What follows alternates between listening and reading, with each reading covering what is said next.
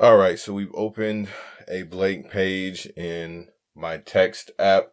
Ideally, you want to write these with a pen, but we're gonna use that for this. So we're gonna start out with this. Before we even start, I see a lot of people debating about what hip hop is.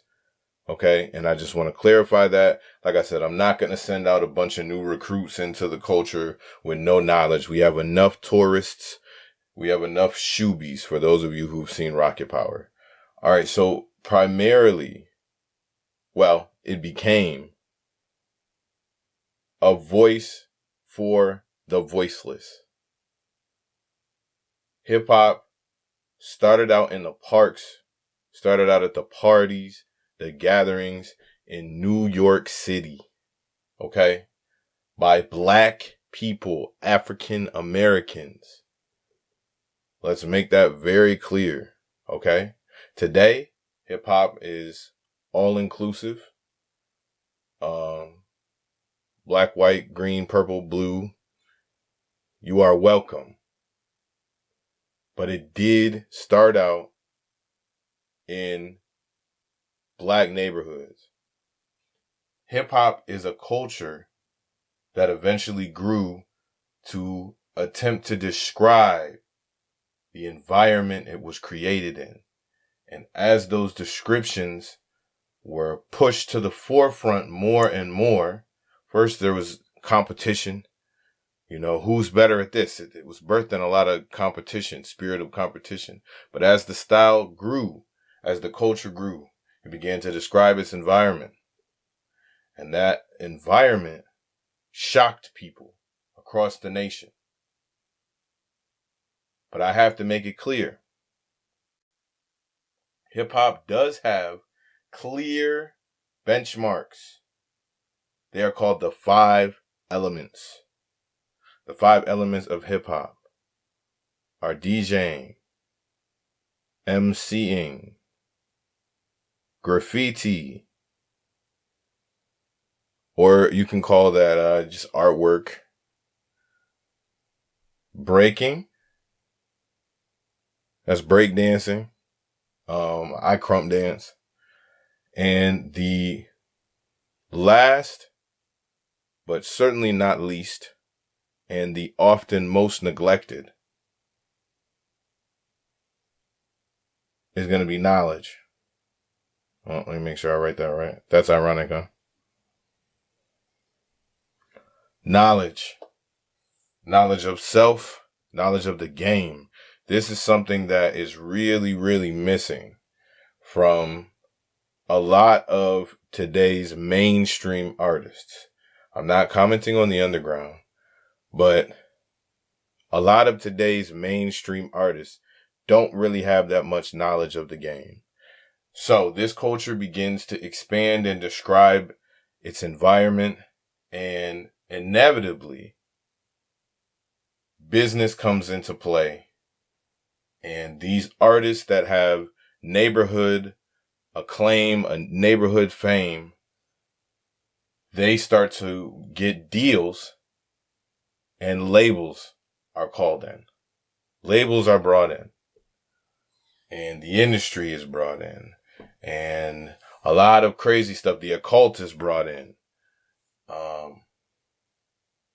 And today, we now have millions of people doing music all over the world. And on a mainstream level, we've got every genre in hip hop you can think of. You've got chill trap. You know what I'm saying? You've got all these different genres. But because of the streaming wars and all of these things, an influx of people who have no knowledge of the things I just told you are now running around the internet vocalizing their opinions. So I have to make you aware of corrupted hip hop. Over here in America, there are some places that would like you to believe that our journey up to this point has been an awesome one and everyone was treated fairly. That is not so. There are people with authority and power who are invested in pushing as many stereotypes and sadly as much death and destruction through music as possible. There are people invested in this. I have encountered it. Many have spoken on it. I'm not here to sugarcoat it. As an executive to a very powerful label told me, you get what you look for in the industry. So I don't want to, there are people who tell you the occult does not exist. It does. It does. Nori. Do your research on this if you don't know who that is. Nore. Spoke about 3 doors in the industry. I'm here to make you aware of that. And in the next section, after I teach you how to rap, I'm going to be going over ways to get your music out that will rival the industry so you don't have to deal with some of the things that they require of artists, and so you can build your brand if you want to market yourself to a label safely in a way to protect yourself. I'm giving strategies for that in the promo section, so I don't want to scare anyone off, but I'm just being honest. So these labels come into play, and they are putting out what I call corrupted hip hop. That means hip hop that has moved away from the knowledge aspect and is just pushing really the same stereotypes that groups like the KKK and all these other things used to say about us. The only thing is there's a black face saying it or someone who everyone loves saying it. But if you break it down, it is just the same stereotypes. So I want every person listening to this to make sure to inject some truth, authenticity, and reality into your verses too.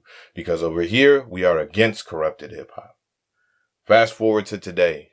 People do not have to, well, people are still struggling, but it's much easier to make hip hop. Much easier to make hip hop. Really, it's very simple, and I feel like there is skill involved, but no one is actually giving a real formula to go from recording in your basement to being marketable to labels or generating an income from your music. So that is a quick crash course in the truth of hip hop so that you are now informed. Here is some homework. All right. Look up Tupac Shakur and listen to Machiavelli and just at least another album. Make sure to listen to Till the End of Time. Doug Mansion. Check out his poetry. Nas. Illmatic, It Is Written. Biggie Smalls, Life After Death. And Ready to Die. Master Ace, Disposable Arts. Lupe Fiasco, The Cool. Eminem, Marshall Mathers LP, Slim Shady LP. Nori. Just anything from Nori, really. Lauryn Hill, Miseducation of Lauryn Hill. Jay-Z Black Album. If you want to just be well-rounded as a lyricist, 2 Chainz, Codeine Cowboy, Lil Wayne, The Carter 2, and The Drought 3. J. Cole, Forest Hills Drive, and Friday Night Lights. Kendrick Lamar, Section 80, and Good Kid, Mad City, and To Pimp a Butterfly. And if you listen to all of those albums, you will have a pretty good idea of you'll be very well rounded. So that is homework. Mac Miller, Circles, I believe it's called.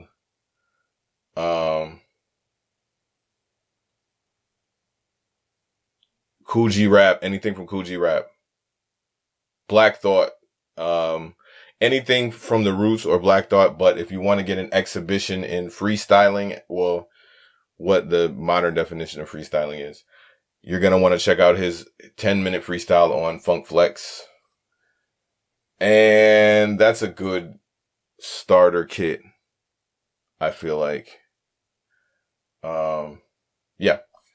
All right, so now we're going to start how to rap 101. We're actually going to bring a beat in and construct a verse from scratch. So we will be back.